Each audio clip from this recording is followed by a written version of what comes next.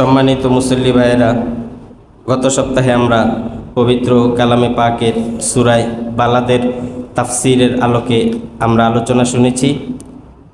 কোরআনে কারীমের তাফসিরের ধারাবাহিকতায় আজকে আমরা যেই সূরাটির তাফসির শুনব, এই সূরাটির নাম হচ্ছে সূরা ফাজর।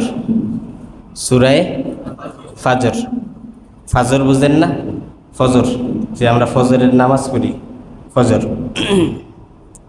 এই সূরাটি পবিত্র কালামে পাকের ক্রমিক নং অনুযায়ী সূরাটি হচ্ছে 89 নম্বর সূরা। কত নম্বর? 89। সূরাটি নাজিল হয়েছে মক্কায়। এই সূরার মধ্যে 30টি আয়াত আছে, একটি রুকু আছে। এখন আমি প্রশ্ন করি, আপনারা উত্তর দেন। এই সূরাটার নাম কি? ফাজর। সূরাটা কত নম্বর সূরা? 89 নম্বর সূরা। এই সূরাতে কতটি আয়াত আছে? মাশাআল্লাহ। সূরাটা নাজিল হয়েছে কোন জায়গায়? মক্কায়। এই জন্য সূরার নাম হচ্ছে মাক্কি সূরা। এই সূরার মধ্যে আল্লাহ রাব্বুল আলামিন আমাদেরকে বিগত জাতিদের মধ্যে, বিগত পয়গাম্বর রসুলদের যুগে বিশেষ কয়েকটা জাতির সাথে আল্লাহ পাক কী আচরণ করেছেন, তাদের কি অন্যায় ছিল, তাদের সে অন্যায়গুলি এবং তাদের প্রতি আল্লাহ পাকের আযাবগুলো সম্পর্কে আমাদেরকে স্মরণ করিয়ে দিচ্ছেন, যাতে করে ওই গুনাহ এবং ওই পাপের মধ্যে আমরা নিমজ্জিত না হই, সেখান থেকে আমরা যেন নিজেদেরকে হেফাজত করে রাখি। এই জন্য আল্লাহ পাক পিছনের কিছু ইতিহাসকে আমাদের জন্য স্মরণ করিয়ে দিচ্ছেন। আমরা এই বিষয়গুলি এই সূরা থেকে অনুধাবন করব এবং বাস্তব জীবনে তা আমলে পরিণত করার চেষ্টা করব ইনশাআল্লাহ। তাহলে আমরা আর কালক্ষেপণ নষ্ট না করে আমরা সরাসরি তাফসিরে যাচ্ছি। আউযু বিল্লাহি মিনাশ শাইতানির রাজিম। অভিশপ্ত শয়তান থেকে আল্লাহর কাছে পানা চাই। বিসমিল্লাহির রহমানির রহিম। শুরু করছি পরম করুণাময় অতীব দয়ালু আল্লাহ পাকের নামে। প্রথম আয়াত, ওয়াল ফাজর। আল্লাহ পাক শপথ করলেন ফজরের, প্রভাত বেলার, সকাল বেলার। ওয়ালায়ালিন আশ, এবং 10টি রাত্রের শপথ করলেন। ওয়াশাফঈ ওয়াল ওয়াতর। শাফউন মানে হচ্ছে জোর, আর ওয়াতর মানে হচ্ছে বেজোর। জোর বেজোর করছি না? শাফউন মানে হলো কি? জোর। আর ওয়াতর মানে হচ্ছে কি? বিজোর। আমরা যে ভিতরের নামাজ পড়ি, এই ভিতরের নামাজ কয় রাকাত? এটা কি জোর না বেজোর? এই জন্য এটাকে বলা হয় ভিতির, ভিতরের নামাজ। ওয়াল লাইলি ইযা ইয়াসর, এবং রাত্রের শপথ যখন রাত্র আসে এবং যায়। কারণ সকালবেলার যেই সময়ের শপথ করলেন, ফজরের শপথ, এই শপথটা তখনই হয় যখন রাত্র যায়। এই জন্য রাত্র যখন অতিবাহিত হয়, সেই রাত্রের শপথ। এখানে আল্লাহ রাব্বুল আলামিন 4টি বিষয়ের শপথ করেছেন। প্রথম শপথ করলেন ওয়াল ফাজরি, ফজরের সময়ের কথা। ফজর হচ্ছে আল্লাহ রাব্বুল আলামিনের বরকতময়, রহমতময় সময়ের মধ্য থেকে অন্যতম একটি হচ্ছে ফজর। এই ফজরের সময় আল্লাহ রাব্বুল আলামিনের যত বেশি রহমত এবং বরকত নাজিল হয়, দিনের অন্য সময়ে এত বেশি বরকত এবং রহমত নাজিল হয় না। তাহলে আল্লাহ পাকের পক্ষ থেকে সবচাইতে বেশি বরকত নাজিল হয় কোন সময়? ফজরের সময়।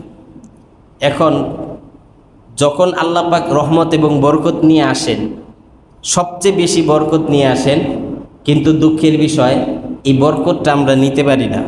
কেন নিতে পারি না? আল্লাহ পাক যখন রহমত বরকত নিয়ে আসেন, অধিকাংশ সময় আমরা ঘুমায় থাকি। কথা ঠিক না? হাদিস শরীফের মধ্যে আসছে, শবে কদরে, শবে বরাতে আল্লাহ রাব্বুল আলামিন প্রথম আসমানে এসে বান্দাদেরকে ডাকে। এই জন্য বান্দারা সারাদিনে কোনো ওয়াক্ত নামাজ পড়ুক আর না পড়ুক, লাইলাতুল কদর আর লাইলাতুল বরাতে সন্ধ্যার সময় সব মসজিদে এসে হাজির। কারণ আল্লাহ পাক রহমত নিয়ে আসছে, বরকত নিয়ে আসছে, ওই বরকতগুলি নিয়ে যাইতে হবে। এই জন্য সারা রাত্র নফল নামাজ পড়ে, মসজিদে ইবাদত গুজার করে, অথচ সারাদিনে হিসাব করলে অনেক নামাজই বাদ গেছে।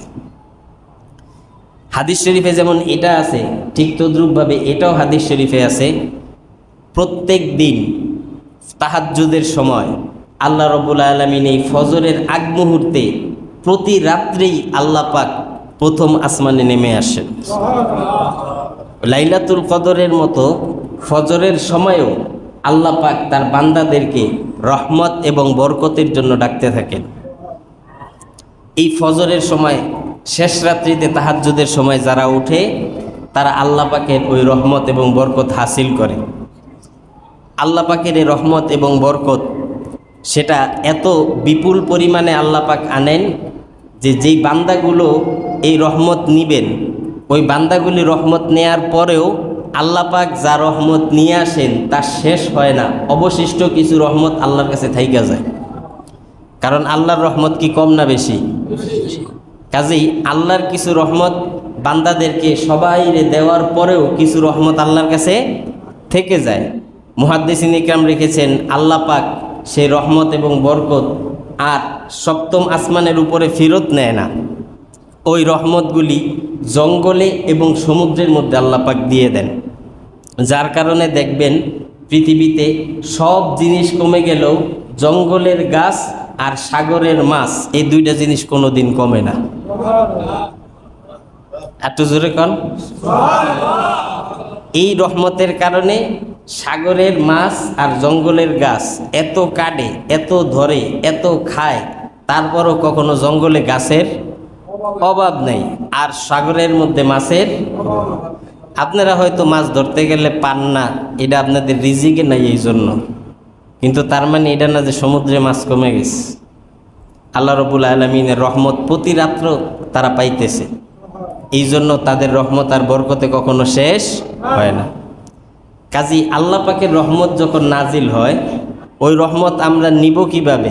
অধিকাংশ সময় এই সময় আমরা ঘুমিয়ে থাকি। ঘুমিয়ে থাকার কারণে আল্লাহর ওই রহমত এবং বরকত থেকে আমরা বঞ্চিত হই। আজকে গুরুত্বপূর্ণ কিছু পয়েন্ট ফজরের নামাজ সম্পর্কে আমি বলবো। 11টা উপকার ফজরের মধ্যে এমন আছে যা অন্য কোনো নামাজের মধ্যে এই ফজিলতটা পাওয়া যায় না। মোট কয়টা ফজিলত?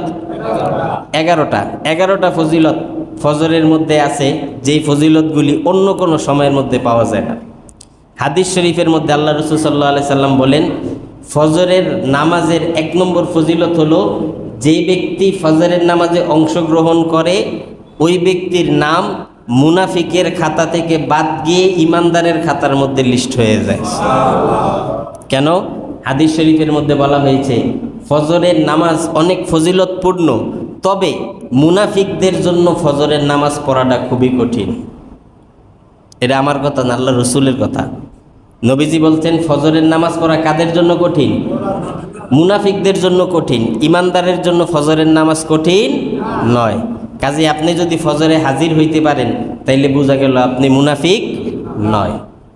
আর যারা ফজরে উপস্থিত হতে পারেন না, আপনি নিজের জীবনে চিন্তা করে দেখেন মুনাফিক হওয়ার মতো কোনো কাজ আপনার জীবনে আছে কিনা। যদি থাকে, ওই কাজের কারণেই আপনি ফজরে আসতে পারেন না। কথাটা বুঝাইতে পারলাম? মুনাফিকের আলামত কি কি? 1 নম্বর, মিথ্যা কথা বলা। মুনাফিকের আলামত কি? মিথ্যা কথা বলা। ইজা হাদ্দাসা কাদাবা, যখন সে কথা বলে মিথ্যা বলে। 2 নম্বর, ওয়া ইদা ওয়াদা আখলাফা, যখন সে ওয়াদা করে সে ওয়াদা ঠিক রাখে না, ওয়াদা ভঙ্গ করে। এটা হচ্ছে 2 নম্বর মুনাফিকের লক্ষণ। আর 3 নম্বর হচ্ছে ওয়া ইদা তুমিনা খানা, যখন তার কাছে কোনো আমানত রাখা হয় সে আমানতের খেয়ানত করে। এই আমানতটা টাকা পয়সা দিয়েও হইতে পারে, কথাবার্তা দিয়েও হইতে পারে। কেউ একটা গোপন জিনিস, গোপন কথা আপনাকে বলল যে এই কথাটা আপনারে বললাম, কথাটা গোপন রেখেন, কাউরে বলবেন না। যে মুনাফিক ভিতরে রাখতে পারবো না, কারো না কারো কাছে এটা অবশ্যই ফাঁস করে দিবে। যদি এই কথাটা সে কারো কাছে প্রকাশ করে তাইলে আমানত ঠিক রাখলো না খেয়ানত করলো। এটা হলো এক হাদিসের বর্ণনা। অন্য হাদিসের বর্ণনার মধ্যে আছে শাহাদাতা জুর, মিথ্যা সাক্ষী দেওয়া, এটাও মুনাফিকের আলামত। কি সাক্ষী দেওয়া? মিথ্যা সাক্ষী দেওয়া। এখন মিথ্যা সাক্ষী দেওয়ার মানে শুধু এই না যে কোর্টের মধ্যে গিয়া আসামি বা বাদীর পক্ষ হয়ে মিথ্যা সাক্ষী দেওয়া, এতেই বোঝা যায় না। কোডের বাইরেও মিথ্যা সাক্ষী আছে। যেমন ধরেন, আমাদের দেশে যদি সমাজের কোনো প্রভাবশালী লোক হয়, যার অনেক টাকা পয়সা আছে, যার ক্ষমতা আছে, বিনা প্রতিদ্বন্দ্বিতায় সবাই এর পক্ষে। যদি সে অন্যায়ও করে তারপরও সবাই এর পক্ষে। কথা ঠিক না? কারণ তার বিরোধিতা করতে যে কি মার খাইব। এই জন্য যে প্রভাবশালী লোক, যে ক্ষমতাবান পয়সাওয়ালা লোক, সে যদি কোনো কথা বলে, বলার পর যদি কে ভাই আমি ঠিক বলছি না, সে ওইখানে আসিল না, কিচ্ছু জানে না, তারপরও কে ভাই ঠিক আছে, তারপরও কি বলল ঠিক আছে। এই যে সাক্ষীটা দিল, এই সাক্ষীটা সত্য না মিথ্যা? যদিও তার কথাটা সঠিক হয়, তবুও সাক্ষীটা মিথ্যা। এই জন্য সে না যাই না আন্দাজে এই কথার সাক্ষী দিস। এটা হলো একরকম মিথ্যা সাক্ষী। আরেক রকম মিথ্যা সাক্ষী হইল ওই প্রভাবশালী মানুষকে খুশি করার জন্য এমনিতেই তার সামনে সে যেটা বলে ওইটাই স্বীকার করে, আরেকজনের উপরে জুলুম করে। এরকম আমাদের দেশে তো নাই, আমাদের সমাজেও নাই, আমাদের ভিতরেও নাই। আছে মানে কি? আমরাই।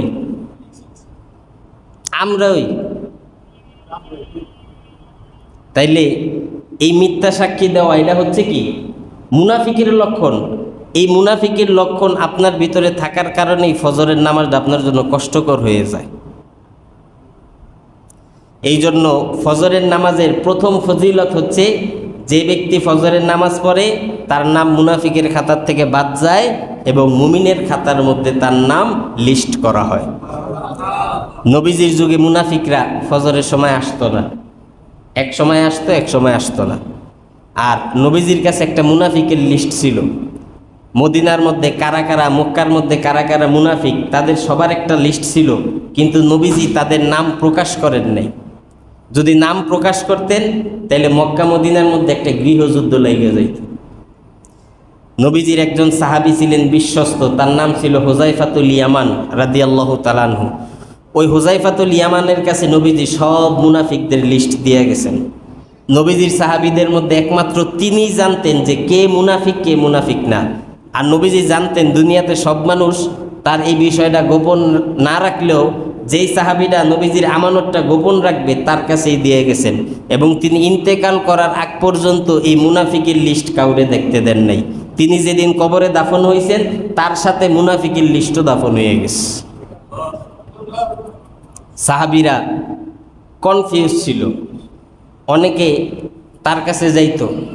বর্ণনার মধ্যে আছে হযরত ওমর রাদিয়াল্লাহু তাআলা আনহু, তিনি নিজের মুনাফিকের মধ্যে নাম আছে কিনা তিনি ভয় পাইতেন। তিনি হুযায়ফাতুল ইয়ামানের কাছে গিয়া বলতেন যে মুনাফিকের লিস্টটা আমারে দেখাও। তিনি বললেন যে আল্লাহ রসুল তো এটা আমারে আমানত দিছেন, কাউকে দেখাইতে নিষেধ করছেন, আমি এটা কাউরে দেখাইতে পারবো না। হযরত ওমর বললেন, যদি তুমি আমারে মুনাফিকের লিস্টটা না দেখাও, অন্তত পক্ষে এতটুক বলো যে আমার নামটা মুনাফিকের লিস্টের মধ্যে আছে কিনা। কে কইতেছে? হযরত ওমর, যার ব্যাপারে আল্লাহ রসুল বলেছেন লাউ কানা মিন বাদি নাবিয়্যান লাকানা উমর। আল্লাহ রসুল বলেছেন আমি বিশ্ব নবী, আমি আখিরি নবী, আমার পরে কিয়ামত পর্যন্ত আর কোনো নবী হবে না। যদি আমার পরে কোনো নবী হইতো তাইলে ওমর রে আল্লাহ পাক নবী বানাইয়ে দিত। এত বড় কথা যার ব্যাপারে আল্লাহ রসুল বলছেন, সে নিজেরে ভয় পাইতেছে যে আসলে কি মুনাফিকের খাতায় আমার নাম আছে কিনা। সে গিয়া জিজ্ঞেস করত।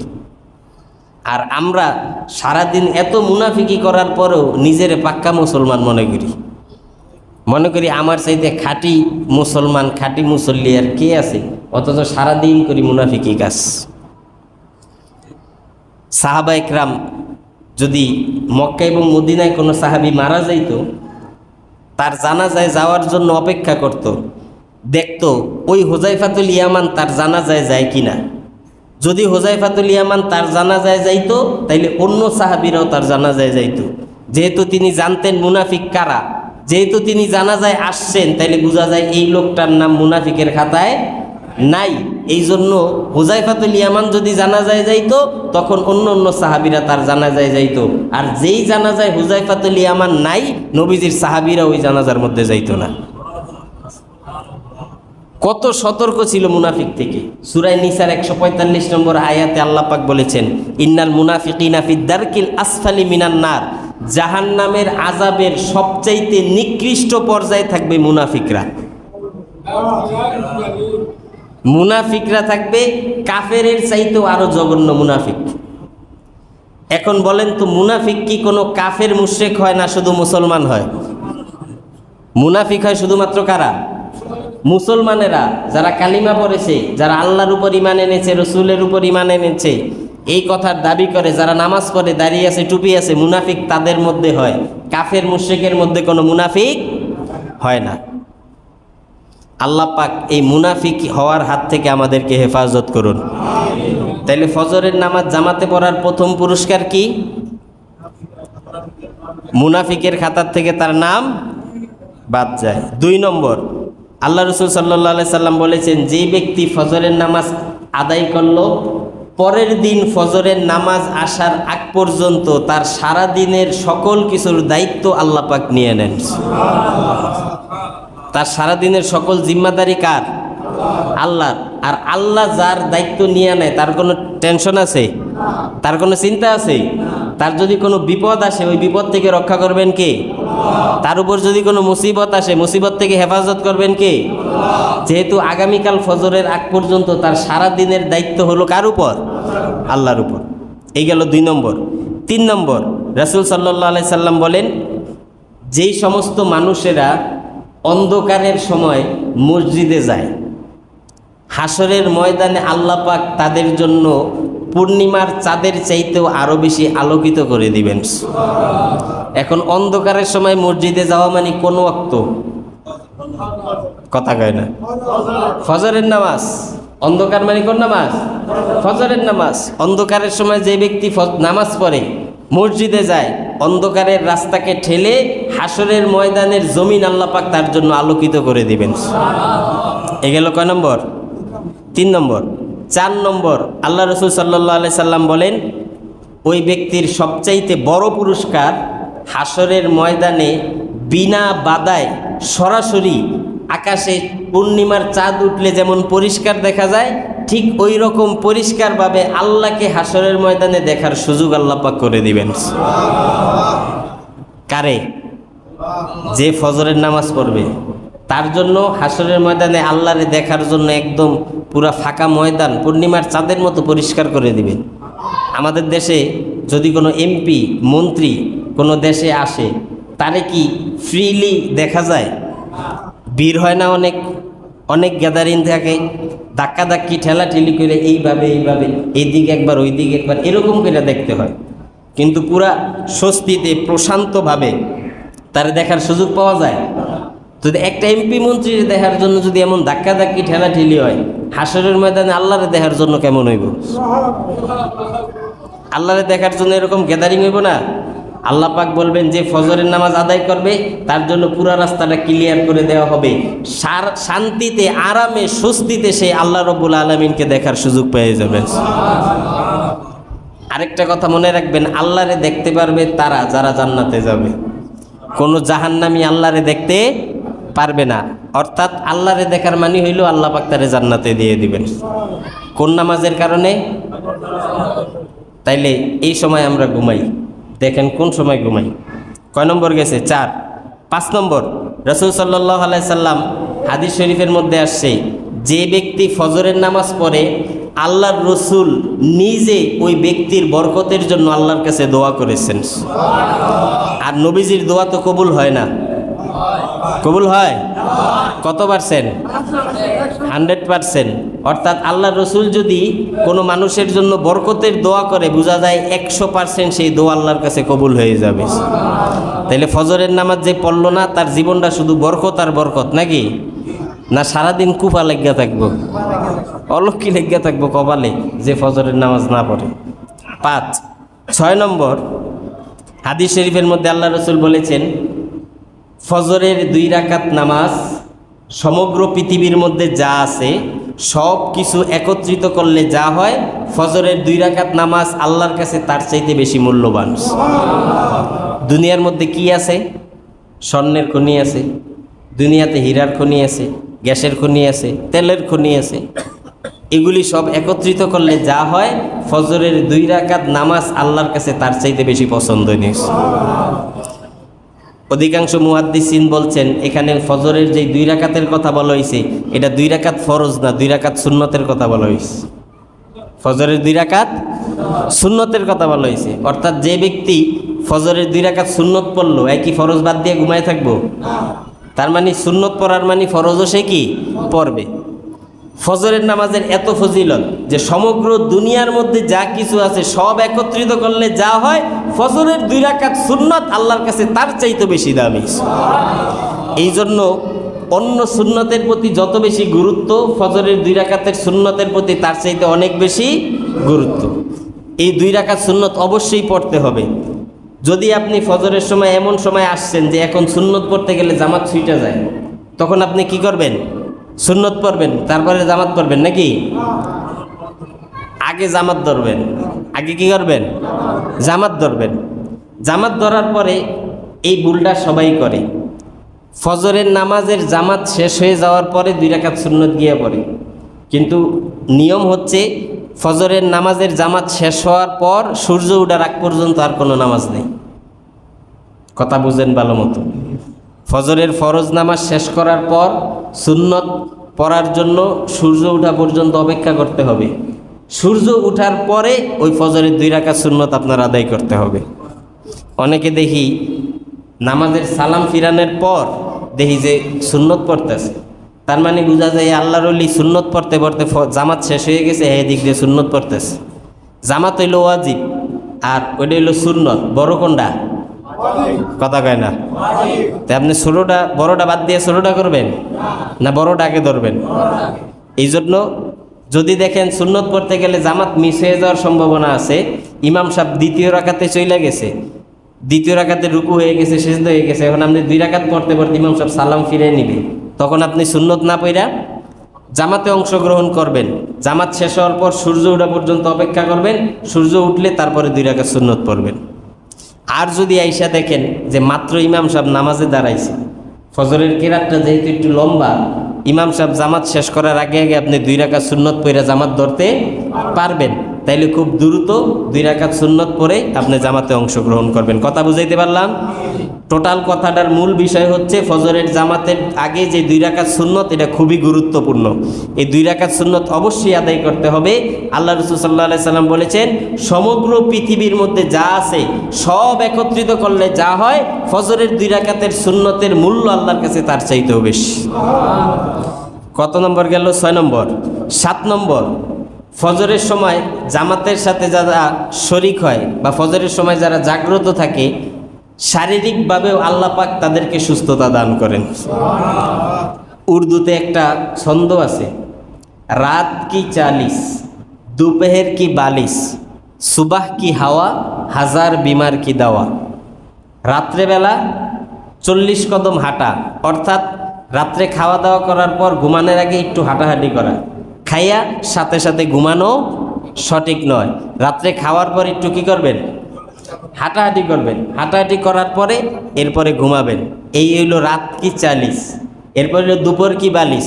দুপুরবেলা খাওয়া দাওয়া করার পরে একটু শোয়া, এটা সুন্নত, কাইলুলা করা। আল্লাহ রাসূল সাল্লাল্লাহু আলাইহি সাল্লাম সবসময় দুপুরে খাওয়ার পরে তিনি একটু আরাম করতেন। এই দুপুরবেলা খাওয়ার পরে একটু শোয়া। আর সুবাহ কি হাওয়া, সকালবেলা ফজরের সময় যেই ঠান্ডা শীতল আবহাওয়া এবং পরিবেশ থাকে, যারা সকালে ফজরের সময় উঠে একমাত্র তারাই এই পরিবেশটা অনুভব করতে পারে। এই সকালবেলা যেই বিশুদ্ধ হাওয়া, যেই বাতাস আল্লাহ পাক দেন, এই বাতাসের মধ্যে আল্লাহ পাক হাজারো রোগের চিকিৎসা রেখে দিয়েছেন। আমাদের দেশের অধিকাংশ মানুষ দ্রুত বুড়া হয়ে যায় ফজরের নামাজ না পড়ার কারণে। ফজরের নামাজ না পড়ার কারণে শারীরিক ক্ষতি হয়।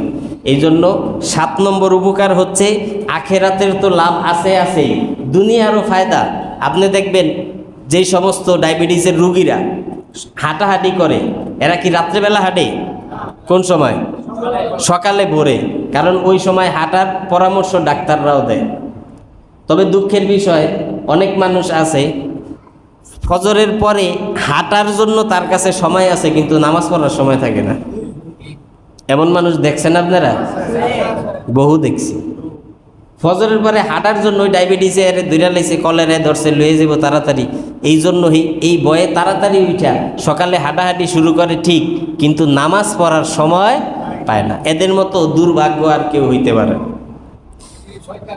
8 নম্বর, আল্লাহ রাসূল সাল্লাল্লাহু আলাইহি সাল্লাম হাদিস শরীফের মধ্যে বলেছেন, যেই ব্যক্তি ফজরের নামাজ আদায় করবে 3 কোটি ফেরেশতা আল্লাহ রাব্বুল আলামিনের কাছে ওই বান্দার ভালো মানুষ হওয়ার সাক্ষী দান করে। কত ফেরেশতা? 3 কোটি ফেরেশতা আল্লাহর কাছে সাক্ষী দেয় যে আল্লাহ আপনার এই বান্দাটা খুব ভালো। একজন মানুষকে ফাঁসি দেওয়ার জন্য কয়টা সাক্ষী হইলে যথেষ্ট? একটা হইলে মোটামুটি 2 জন হইলে একের শেষ, আর উপায় নেই। একটা মানুষকে ফাঁসি দেওয়ার জন্য 2 জনের সাক্ষী কি যথেষ্ট।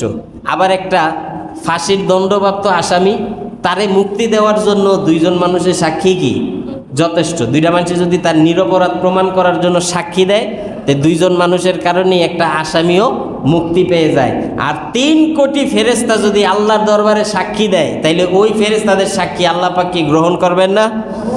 তার মানে বোঝা যায় যে ফজরের নামাজ পড়ে 3 কোটি ফেরেশতার সুপারিশ আল্লাহ পাক তার জন্য নসিব করে দেন। আরো ঘুমাইবেন ফজরের সময়। 10 নম্বর, হাদিস শরীফের মধ্যে আল্লাহ রাসূল সাল্লাল্লাহু আলাইহি সাল্লাম বলেন, মান সাল্লা সালাতাল ইশাই জামাআতান ফাকাআন্নামা ক্বামাল লাইলা নিসফাহু। যেই ব্যক্তি এশারের নামাজ জামাতের সাথে আদায় করলো, রাতের অর্ধেক সময় নফল নামাজ পড়লে যেই সওয়াব হয়, ওই সওয়াব আল্লাহ পাক তার আমলনামায় দান করেন। ওমান সাল্লা সালাতাল ফাজরি জামাআতান কাআন্নামা ক্বামাল লাইলা কুল্লাহা। আর যেই ব্যক্তি ফজরের নামাজ জামাতের সাথে আদায় করলো, সারা রাত্র নফল নামাজ পড়ার সওয়াব আল্লাহ পাক তার আমলনামায় দিয়ে দেন। তাইলে আপনি ফজরের নামাজ জামাতের সাথে পড়লেন মানে আপনি সারা রাত্র নামাজ পড়লেন। এত বড় ফজিলত থাকার পরেও আমরা ঘুমাইতেছি। এই যে মজার ঘুমের টাইম আইতেছে, সামনে শীত আইতেছে, এই দিনে কম্বলের চাইতে দুনিয়াতে আপন আর কেহ নাই। দুনিয়ার একমাত্র আপন কে? লেপ আর কম্বল। এটা হইল দুনিয়ার সবচাইতে আপন। অনেক সময় আছে অনেক কড়া পেশাব ধরছে, এরপরও বাইর হয় না। কথা ঠিক না? খাইছে হাত ধুইতে, কম্বলেতে বাইরে হয়ে গিয়ে হাত ধুইতে হইব, এর লেগা ভাত খাইয়া ওই জুড়া হাত লই বয়ে থাকে। কথা ঠিক না? সবচাইতে বড় সম্বল তার নাম কম্বল। সবচাইতে বড় আপন হইল কম্বল। এই কম্বল ছাড়া আর কেউ আপন না। ফজরের নামাজের সময় যখন হয়, মুয়াজ্জিন সাহেব আজান দিবে, হাইয়া আলাস সালাহ, আসসালাতু খায়রুম মিনান নাউম, ঘুমের চাইতে নামাজ উত্তম। সে কইব আমার কম্বলই সবচাইতে উত্তম, মুড়া দিয়া ভিতরে ঘুমায় থাকো। যদি ওই সময় কম্বলটা ফেলে দিয়ে জামাতের সাথে শরীক হতে পারেন, সারা রাত্র নফল নামাজ পড়লে, নফল ইবাদত করলে যা সওয়াব হয়, ওই সওয়াব আল্লাহ পাক আপনার আমলনামায় দান করে দিবেন। কয় নাম্বার গেছে? 9 নাম্বার। 10 নাম্বার, হাদিস শরীফের মধ্যে আসছে, যে ব্যক্তি নিয়মিত ফজরের নামাজ আদায় করে, আল্লাহ পাক তার জন্য জাহান্নামকে হারাম করে দেন। অর্থাৎ এই ব্যক্তি আর জাহান্নামে যাবে না। 11 নম্বর, যে ব্যক্তি ফজরের নামাজ নিয়মিত জামাতে আদায় করে, হাসরের ময়দান ওই ব্যক্তি যখন জান্নাতে যাবে, আল্লাহ রাব্বুল আলামিন নিজে তারে সালাম দিয়ে, তারে ওয়েলকাম, অভ্যর্থনা জানিয়ে জান্নাতে প্রবেশ করাবেন।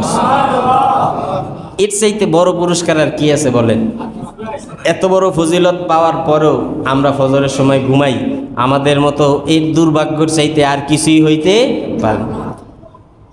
হাদিস শরীফের মধ্যে আসছে, আল্লাহ রাব্বুল আলামিন দুনিয়াতে মানুষের উপর যখন রহমত নাজিল করেন, ওই রহমতটা আল্লাহ পাক ফজরের সময় নাজিল করেন।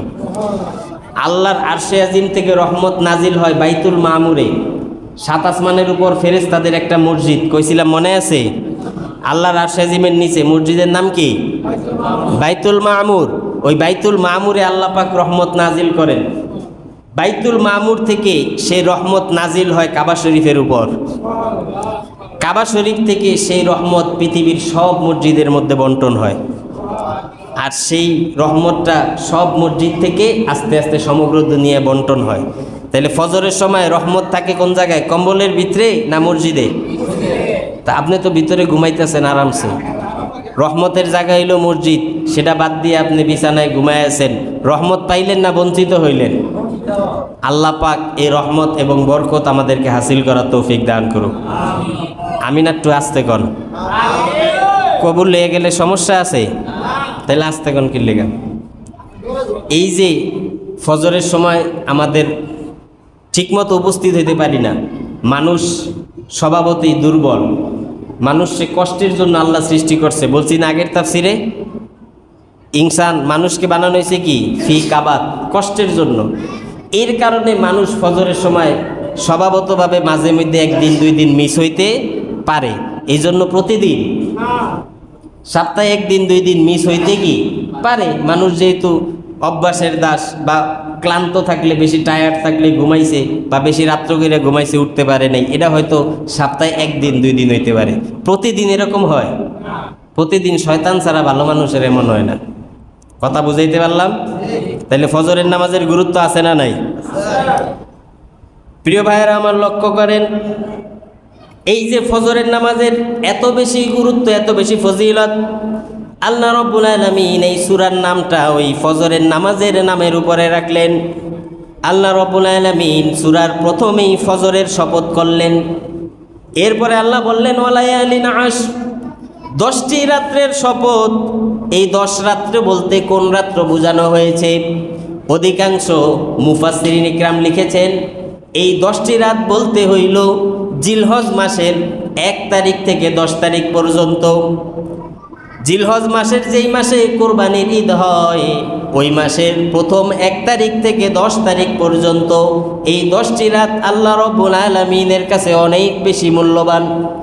হাদিস শরীফের মধ্যে এসেছে, মা মিন আইয়ামিন আহাব্বু ইলাল্লাহি আল আমালুস সালিহু মিন হাযিহিল আইয়াম। এই যে এই 10টা দিন আছে, এই 10টা দিনের ইবাদত আমার আল্লাহ রাব্বুল আলামিনের কাছে দুনিয়ার সব কাজের চাইতে এই 10 দিনের ইবাদত আল্লাহর কাছে সবচাইতে বেশি মূল্যবান। এই 10 দিনের মধ্যে কি কি ইবাদত হয় একটু লক্ষ্য করে দেখেন। যারা হাজী সাহেব, এই 10 দিনের মধ্যেই কিন্তু তাদের কাজ। আরাফার ময়দানে অবস্থান করে 9 তারিখে, মিনায় যায়, মুজদালিফায় যায়, সাফা মারওয়া সাই করে, বাইতুল্লাহ শরীফ তাওয়াত করে, শয়তানকে পাথর মারে, কুরবানি করা হয়। কতগুলো গুরুত্বপূর্ণ কাজ এই 10 দিনে করা হয়।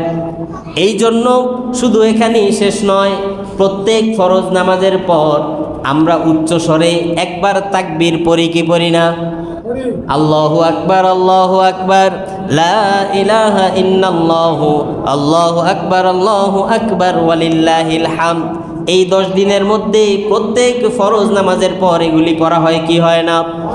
এরকম এই 10 দিনের আরো অনেক আমল আছে।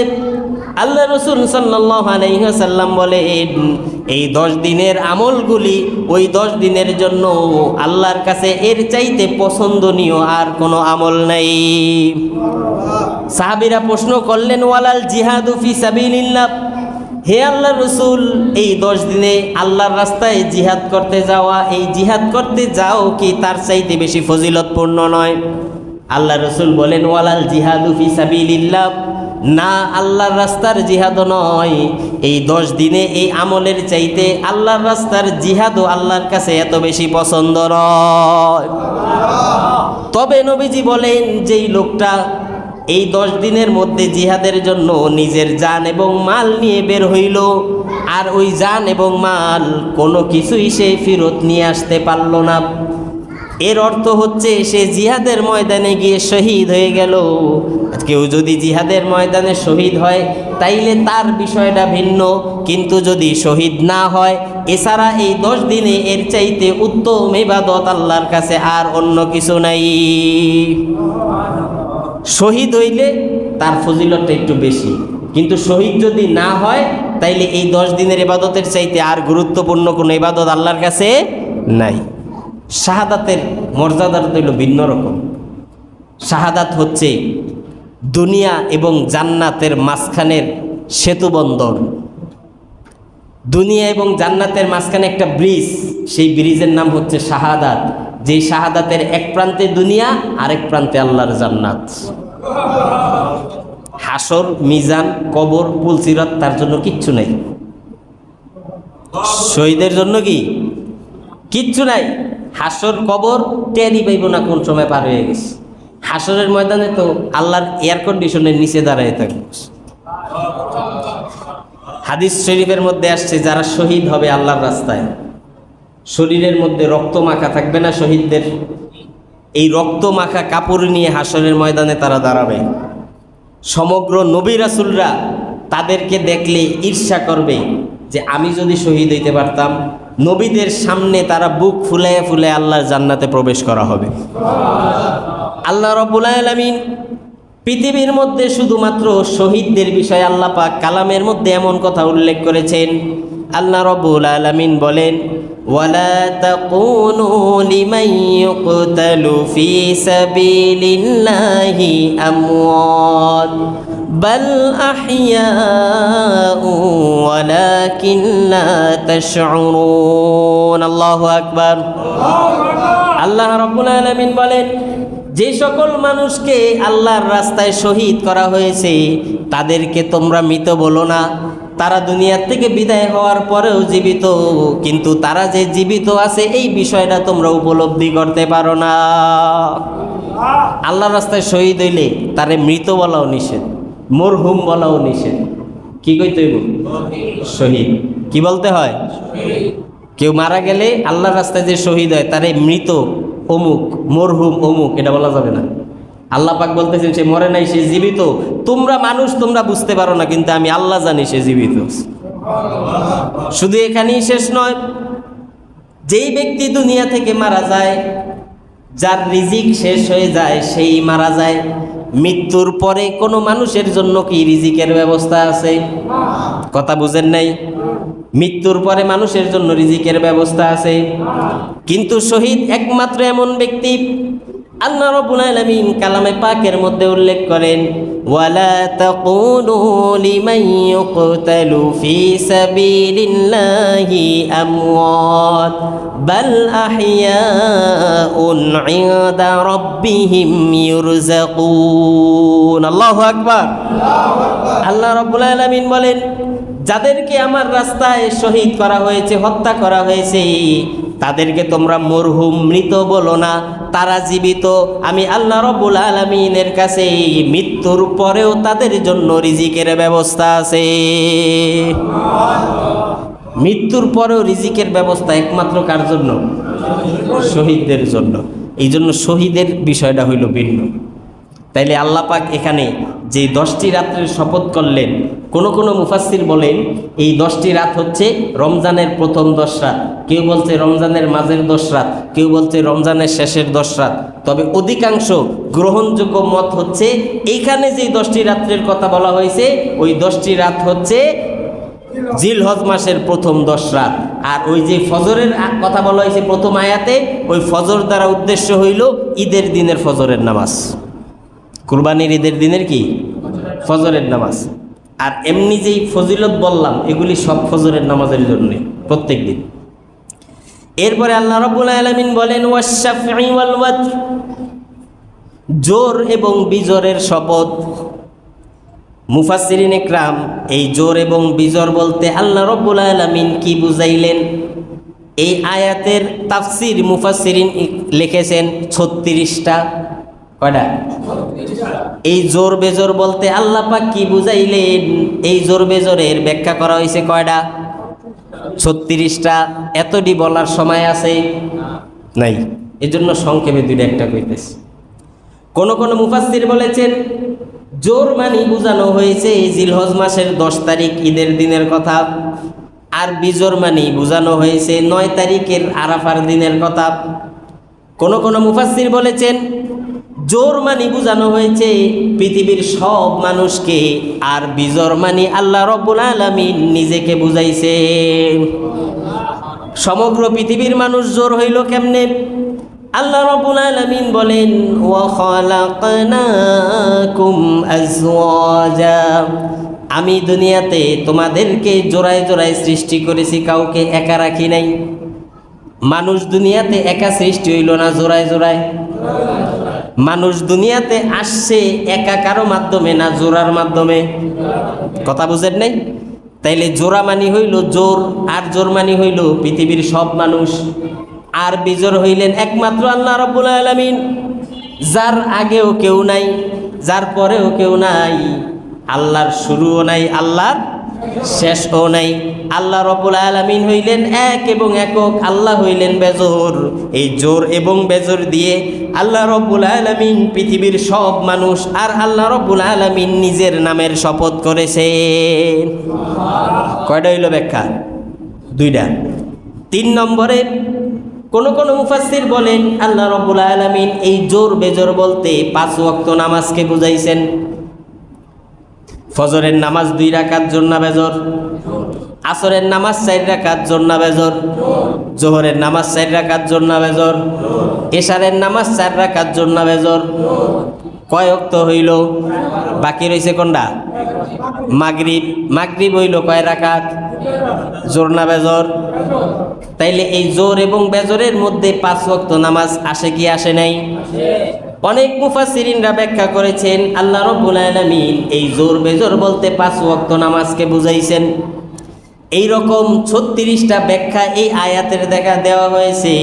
মূল বিষয় সামনে এবং পিছন থেকে মিলাইলে বোঝা যায় 9 তারিখ আর 10 তারিখ জিলহজ মাসের যে 2টা মতামত দেওয়া হয়েছে ওই 2টা মতই বেশি গ্রহণযোগ্য। যেহেতু আগের আয়াতে 10 রাত্র মানে জিলহজ মাসের 10 দিন, ফজরের নামাজ মানি ঈদের দিনের ফজরের নামাজ, এই জন্য এখানে জোর বেজোর মানি 9 তারিখের আরাফার দিন আর 10 তারিখের ঈদের দিন। 9 তারিখের আরাফার দিন হচ্ছে এমন দিন যেই দিন পৃথিবীর সব দেশের, সব জাতের, সব শ্রেণীর মানুষ আল্লাহ রাব্বুল আলামিনের সামনে আরাফার ময়দানে একত্রিত হয়।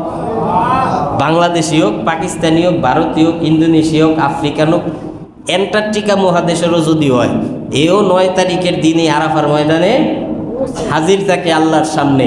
ওই দিন বান্দা আল্লাহর কাছে যা দোয়া করে আল্লাহ পাক তার দোয়াকে কবুল করে নেন। তাইলে 9 তারিখের দিনটা অত্যন্ত গুরুত্বপূর্ণ। আর 10 তারিখ তো ঈদের দিন, এটা তো এমনি গুরুত্বপূর্ণ। হাজী সাহেবরা 10 তারিখে বিদায় তফ কইরা তারপরে মাথা কামায় নাকি? না আগে কোরবানি?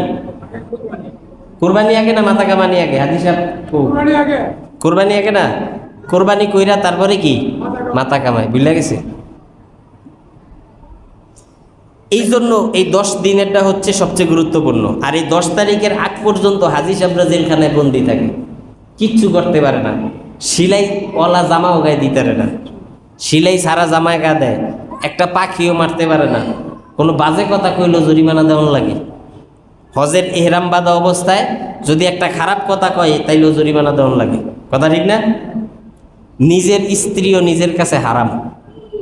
এই এহরাম বাঁধা অবস্থায় স্ত্রীও কি হারাম, সব কিছু হারাম। এহরামের কাপড় খোলার পরে সেই ব্যক্তি পবিত্র হয়। তাইলে ওই 10 দিন তার জন্য গুরুত্বপূর্ণ না 10 নম্বর দিনটা? এই জন্য অধিকাংশ মুফাসসির বলেন এখানে আল্লাহ পাক বুঝাইছেন 10 নম্বর দিনকে। এরপরে আল্লাহ রাব্বুল আলামিন বলেন ওয়াল লাইলি ইযা ইয়াসর, এবং সেই রাত্রের কসম যেই রাত্রটা অতিবাহিত হয়ে যায়। হাল ফি যালিকা কসামুল লিযি হিজর, এই কথাগুলোর মধ্যে কি জ্ঞানী মানুষের জন্য, বুদ্ধিমান মানুষের জন্য কি কোনো কসম নেই?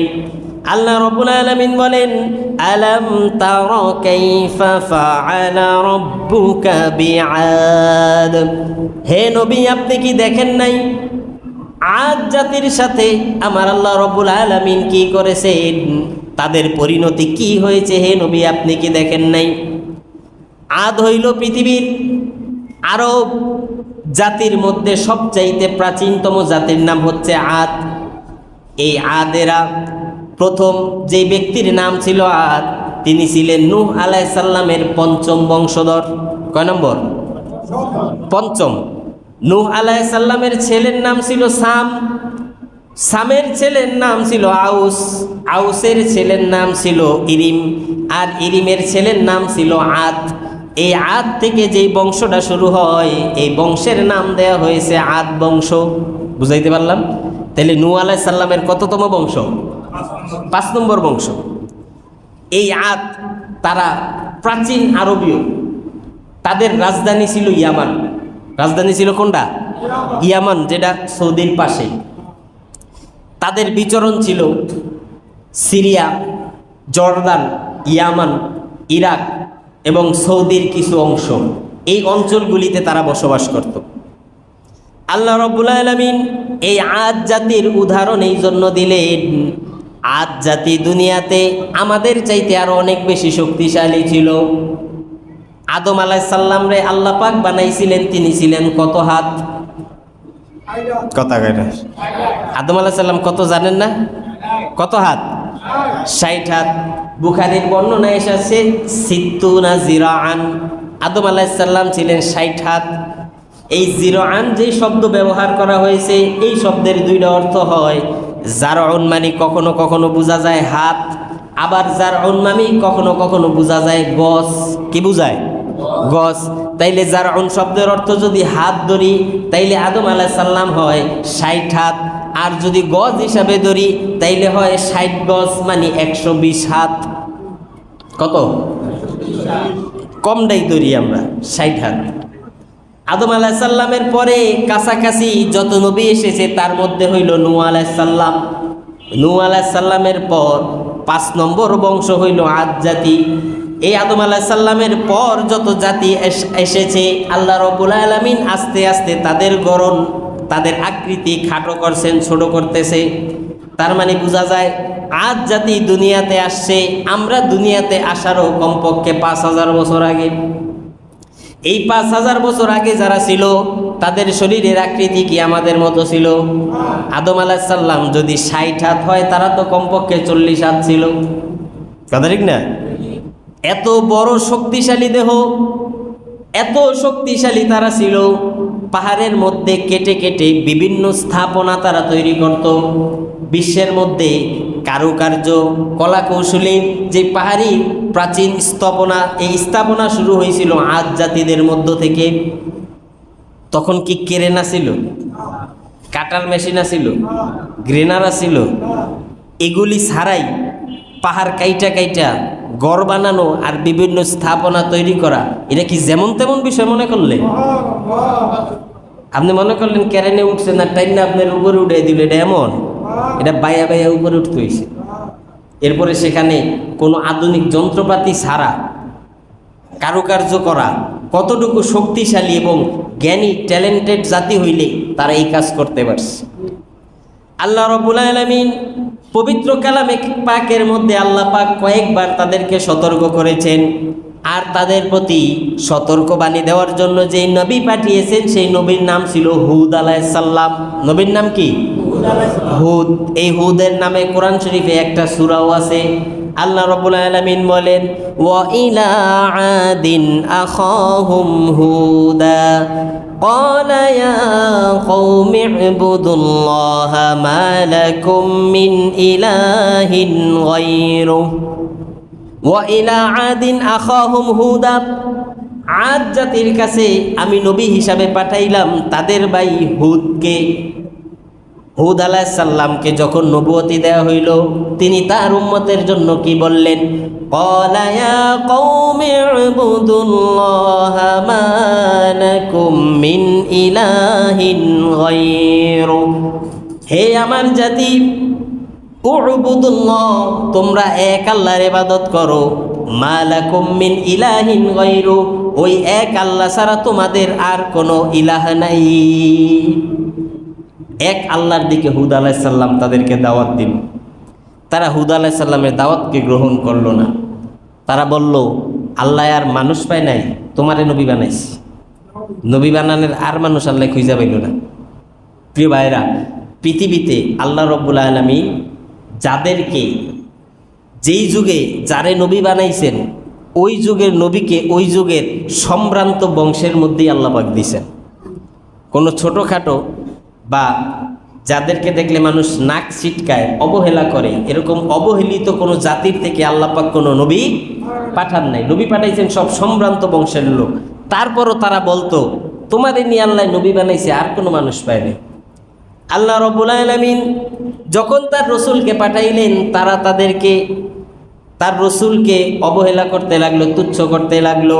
হুদ আলাইহিস সালাম তাদেরকে আল্লাহর কথা স্মরণ করিয়ে দিয়ে বললেন, কোরআনে কারীমের মধ্যে আল্লাহ বললেন, ওয়াযকুরু ইদ জাআলাকুম খুলাফা মিন বা'দি কওমি নূহ।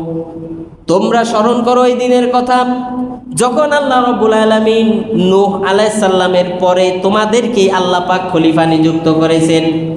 ওয়াজাদাকুম বাসতাতান ফিল জিসম, এবং আল্লাহ রাব্বুল আলামিন তোমাদেরকে শারীরিক সক্ষমতা দান করেছেন। এই যে শারীরিক সক্ষমতা দান করছেন, এতে করেই বোঝা যায় তারা আমাদের চাইতে শারীরিকভাবে অনেক শক্তিশালী ছিল। কোরআনের কথা। তাইলে বোঝা গেল আদম আলাইহিস সালাম যদি 60 হাত হয়, তারা অন্তত কত হাত ছিল? কমপক্ষে 40-50 হাত তো হবেই। এত বড় মানুষ ছিল, এত শারীরিক শক্তি ছিল, পাহাড় পর্যন্ত কেটে ফেলতো। আল্লাহ পাক বলেন, স্মরণ করো ওই আদ জাতির সাথে আমি কি করছি। যখন তারা নবীর সাথে নাফরমানি করলো, নাফরমানি করতে করতে সীমা অতিক্রম হয়ে গেল, আল্লাহ পাক আযাবের ঘোষণা দিলেন। আল্লাহ পাকের এক আযাবে আদ জাতি এমনভাবে নিশ্চিহ্ন হয়ে গেল, একটা মানুষও জীবিত ছিল না। সব এমনভাবে মরছে, শরীর গুলি গেছে একদিকে, মাথা গুলি গেছে আরেক দিকে। আল্লাহ রাব্বুল আলামিন প্রথম তাদেরকে বিকট আওয়াজের আযাব দিলেন। বিকট আওয়াজ এমন একটা ভয়ঙ্কর জিনিস যা মানুষকে মুহূর্তের মধ্যেই বেহুশ করে দিতে পারে। আপনারা দেখবেন মাঝে মধ্যে মাইকে শীষ মারে, যখন মাইকে শীষ মারে কানের মধ্যে আঙ্গুল ঢুকানো ছাড়া কোনো উপায় থাকে না। রাস্তা দিয়ে হেঁটে যাইতেছেন, হঠাৎ করে যদি কোনো গাড়ির মধ্যে একটা হরেন মারে, মনে চায় গাড়িটা ব্রেক করে আগে 2 ঘন্টারে থাবড়ে এলই। কথা ঠিক না? এই যে আওয়াজ, সাউন্ড পলিউশন, শ্রবণ কটু যে বিষয়গুলি আছে মানুষের কানের মধ্যে, এই সাউন্ডের বিকট আওয়াজ হলে সেটা আযাবে পরিণত হয়। আল্লাহ রাব্বুল আলামিন বলেন, দুনিয়ার এই সামান্য ছোটখাটো আওয়াজ যদি এমন হয়, আমার আল্লাহ যেই আযাবের আওয়াজ নাজিল করবেন সেই আযাবের আওয়াজ কেমন। সামান্য একটা সিলিন্ডার যদি ব্লাস্ট হয় কেমন আওয়াজ হয়, একটা টায়ার যদি পাংচার হয় কেমন আওয়াজ হয়। ছোটকালে আমরা দুষ্টামি করতাম, জুস আছে না, জুস খাইয়া খালি প্যাকেট ফু দিয়া মাটিতে ফালাইয়া পাড়া দিতাম, জোরে দিলে বিকট একটা আওয়াজ হইতো, মনে হয় যে এলাকাও দেখাইতে গেছে। ছোটকালে দুষ্টামি সবাই করে, করে না? ইমাম সাহেব কি করে নাই? সবাই করছে। ছোটকালে কি আর ইমাম সাহেব ছিলাম? পরে না ইমাম সাহেব। তো দুষ্টামি ছোটকালেও করছি। এটার মধ্যে জোরে পাড়া দিলে খালি এর মধ্যে বিকট আওয়াজ হইতো। এরপর ওই যে বিস্কুট আছিল, বিস্কুট দিত পলিথিনের মধ্যে, ঠোঙ্গার মধ্যে, বিস্কুটটা খাই এটা ফুলে থাম মারতাম, বিকট আওয়াজ হইতো। এই যে আওয়াজ, এই আওয়াজটা মানুষের জন্য বিরক্তিকর। আল্লাহ রাব্বুল আলামিন এই আদ জাতিকে আওয়াজের মাধ্যমে, জিবরিল আলাইহিস সালাম যখন আওয়াজ দিল, এই আওয়াজের প্রকটতা এত বেশি হইল, তাদের কানের পর্দাগুলি ফাইটা মাথার মগজগুলি কান দিয়া বের হওয়া শুরু হয়েছে। আল্লাহ রাব্বুল আলামিন বিকট আওয়াজ দিলেন, এরপরে তাদেরকে বাতাসের আযাব দিলেন। এই আযাব ছিল, তাফসীরের মধ্যে লিখছেন 7 দিন 8 রাত। 7 সেকেন্ডে আপনি আওয়াজ সহ্য করতে পারেন না যদি মাইকে শীষ মারা শুরু করে। 7 সেকেন্ডও সহ্য হইব না। আর 7 সেকেন্ডও না, 7 মিনিটও না, 7 ঘন্টাও না, 7 দিন 8 রাত্র। এত বড় আযাব আল্লাহ পাক তাদের দিলেন। আল্লাহ রাব্বুল আলামিন বললেন, স্মরণ করো তাদের কথা। এই আদ জাতি কিন্তু তোমাদের মতো 3.5 হাত মানুষ ছিল না। এই আদ জাতি কিন্তু তোমাদের মতো এত দুর্বল লোক ছিল না। তাদেরকে আল্লাহ রাব্বুল আলামিন শারীরিকভাবে অনেক শক্তি এবং ক্ষমতা দান করেছেন। এত শক্তিশালী ক্ষমতাবান লোক হওয়া সত্ত্বেও আল্লাহর আযাবের সামনে যদি নিশ্চিহ্ন হয়ে যায়, ও মুহাম্মদ সাল্লাল্লাহু আলাইহি সাল্লামের উম্মত, কোন সাহসে তোমরা আমি আল্লাহর নাফরমানি করো? কোন সাহসে নাফরমানি করো? দুর্ভিক্ষের বছর আইতেছে, করোনা আইতেছে, ভূমিকম্প হইতেছে, ঘূর্ণিঝড় আইতেছে, জলোচ্ছ্বাস হইতেছে, এগুলি সব মানুষের 2 হাতের কামাই। আল্লাহ যদি আযাব দিতে চায়, কত আধুনিক যন্ত্র বানাইবেন, বিনা নোটিশে সারা পৃথিবী লকডাউন করে দিয়েছেন আল্লাহ। আপনাদের কাছে তো কিচ্ছু নাই। আমেরিকার কাছে কোনো জিনিসের অভাব আছে? ইউরোপের মধ্যে কোনো জিনিসের অভাব আছে? এত বড় বড় দেশ সারেন্ডার করতে বাধ্য হয়েছে আল্লাহর আযাবের সামনে। আল্লাহ পাক আমাদের উপর দয়া করছেন যে আমাদেরকে ধ্বংস করে দেন নাই। এই আযাবগুলি আসার পর আপনি বলেন, করোনা বন্ধ হয়েছে প্রায় বছর খানিক হয়ে গেছে, এখনো কি করোনার রেশ কাটছে? আগামী 5 বছরেও এই ঘাটতি পূরণ করতে পারবেন না। কি মনে করে আল্লাহর সাথে নাফরমানি করেন? কি আছে আপনার? পারবো আল্লাহর আযাবরে সহ্য করতে? 1 সেকেন্ডের জন্য সহ্য করতে পারবো? তাহলে এত সাহস পাই কোন জায়গায়? কে দেয় এত সাহস? আমরা যেন এই বিষয়গুলি উপলব্ধি করতে পারি, যেন বুঝতে পারি, এই জন্য আল্লাহ রাব্বুল আলামিন মাঝে মাঝে নবী রাসূলদেরকে দিয়ে, আর যখন নবী রাসূল শেষ হয়ে গেল, এই কিতাবের মধ্যে আল্লাহ পাক সেই বিষয়গুলি উল্লেখ করে দিয়ে কিয়ামত পর্যন্ত আমাদেরকে শিক্ষা গ্রহণের জন্য রেখে গেছেন। ও দুনিয়ার মানুষ, এই কোরআনে কারীমের আয়াত থেকে যদি শিক্ষা গ্রহণ করতে পারো, আল্লাহ রাব্বুল আলামিনের এই কথার মাধ্যমে জীবনে শিক্ষা গ্রহণ করতে পারলেই তুমি বাঁচতে পারবে। আর যদি শিক্ষা গ্রহণ করতে না পারো, কিয়ামত পর্যন্ত এরকম অনেক মানুষ এই কোরআনের কথা তোমাদের সামনে বলবে, কিন্তু নবী যেমন আবু জাহেলের সামনে বলেছে, ওই রকম বলার মতোই জীবনে কোনোদিন কপালে হেদায়েত নসিব হবে না। শিক্ষা গ্রহণ করতে হবে। আজকে এত তাফসির, এত ওয়াজ, এত মেহনতের পরে কি ফল হয়? এত সাহস আমরা কই পাই? জানি না, বুঝি না, তারপরও পালন করি না। আল্লাহ পাক আমাদেরকে বুঝার এবং আমল করার তৌফিক দান করুন। তাহলে আজকে তাফসিরের মূল শিক্ষা হইল কি? 1 নম্বর ফজরের নামাজ। 1 নম্বর কি? ফজরের নামাজ কি? ঘুমাইতে হইব, পড়তে হইব। 1 নম্বর, কোনোভাবেই ফজরের নামাজ যাতে মিস না হয়। আল্লাহ বাঁচাইলে আমি তো আছি, দেখুন নাকি কয়জনে ফজরে আই। এটা প্রথম কয়েকটা দিন একটু কষ্ট হইব, যেহেতু অভ্যাস নাই। 2-4 দিন ঠিকমতো আওয়াজ শুরু করলে দেখবেন অভ্যাস হয়ে গেছে, নিজে নিজেই উঠতে পারবেন, কোনো সমস্যা। এত বড় রহমত যে ফজরের সময় নাজিল হয়, সেই রহমত আপনি কিভাবে তার থেকে বঞ্চিত হন? আল্লাহ পাক এই বিষয়গুলি আমাদেরকে বুঝার তৌফিক দান করুন। তারপরে 2 নম্বরে যে বিষয়টা বলা হয়েছে সেটা হইল কি? আল্লাহর আযাবকে ভয় করেন। দুর্ভিক্ষের বছর আসতেছে, আল্লাহ না বাঁচাইলে কেউ বাঁচাইতে পারবে না। যে দেশে চোর, বাটপার, সিটার, গুন্ডা, বদমাইশ, দুর্নীতিবাজরা বুক ফুলায় রাস্তায় ঘুরে, আর হক্কানি কোরআনের আলেমরা, খাদেমরা জেলখানায় পচে মরে, ওই দেশে আল্লাহর গজব আসবে না? কি আসবে? এটি কইলে কইবেন যে হুজুরে রাজনীতি করতেছে। রাজনীতি না, সত্য কথা। মিথ্যাবাদীরা, চোরেরা, বাটপারেরা বুক উঁচা করে চলে, আর কোরআনের খাদেমেরা মাথা নিচা করে চলতে হয়। আল্লাহর আযাব কেন আসবে না? কেন আসবে না আল্লাহর আযাব? আলেমদেরকে আলেমের ইজ্জত দেন, তাদেরকে মুক্তি করে দেন, দেখবেন আল্লাহর রহমত জোরজোরে জমিনে নাজিল হবে। আল্লাহ পাক আমাদেরকে বুঝার তৌফিক দান করুন। পৃথিবীর মধ্যে এখন সবচাইতে ভালো আছে তারা যারা সুন্দর করে সাজায় গুজায় মিথ্যা কথা বলতে পারে। সাজায় গুজায় সুন্দরভাবে যে কি কয়, মিথ্যা কথা কয়, এ খুব ভালো মানুষ। আর যে সত্য কথা বলে সে ভালো নয়। আলেমরা কি ক্ষতি করছে এই দেশের বুঝান? আলেমরা কোটি কোটি টাকা আত্মসাৎ করে বিদেশে পাচার করছে। আলেমরা এই দেশের সম্পদ আরেক দেশের দিয়ে দিছে। কি ক্ষতি করছে এই দেশের? আলেমরা মাহফিলে গিয়ে যদি 2-4 হাজার, 10 হাজার, 20 হাজার টাকা বেশি কামায়, মানুষের কষ্ট লাগে। আর ওইদিকে মমতাজে আরো শিল্পীরা আইয়া একটু কোমর নাচায় নাচায় 2-4টা গান গেয়ে লাখ লাখ টাকা নিয়ে যাইতেছে, তখন মনে কষ্ট লাগে না? ভুল কইলাম? আচ্ছা, আলেমরা যদি বেশি টাকার মালিক হয় কি করে? সিনেমা হল বানায়। আলেমরা বেশি টাকার মালিক হইলে কি মদের আড্ডা খোলে? আলেমরা যদি পয়সার মালিক হয়, বেশি হইলে একটা মাদ্রাসা করবো, নইলে বড় দিকে একটা মসজিদ করবো। আলেমগো চালানের দূরে, কথা ঠিক না? আলেমরা যদি পয়সার মালিক হয় কি করে? বিরাট আকারে একটা মাদ্রাসা করে, বেশি পয়সা খরচ করে, নিলে বিরাট আকারে মসজিদ করে, নিলে বিরাট আকারে কোনো লাইব্রেরি করে, আলেম গোসালানের দূরে কিন্তু শেষ। এর বাইরে আলেমেরা যায়? এরা হয়েছে দেশের শত্রু। আর যারা দেশের সম্পদ বাইরে পাচার করতেছে এরা হয়েছে বন্ধু। আসল দেশপ্রেমিক, খাঁটি দেশপ্রেমিক। আল্লাহর গজব যখন আইব তখন সব বোঝা যাইব।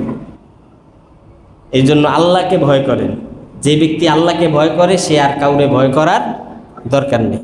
আল্লাহ পাক আমাদেরকে বুঝার তৌফিক দান করুক, আমিন।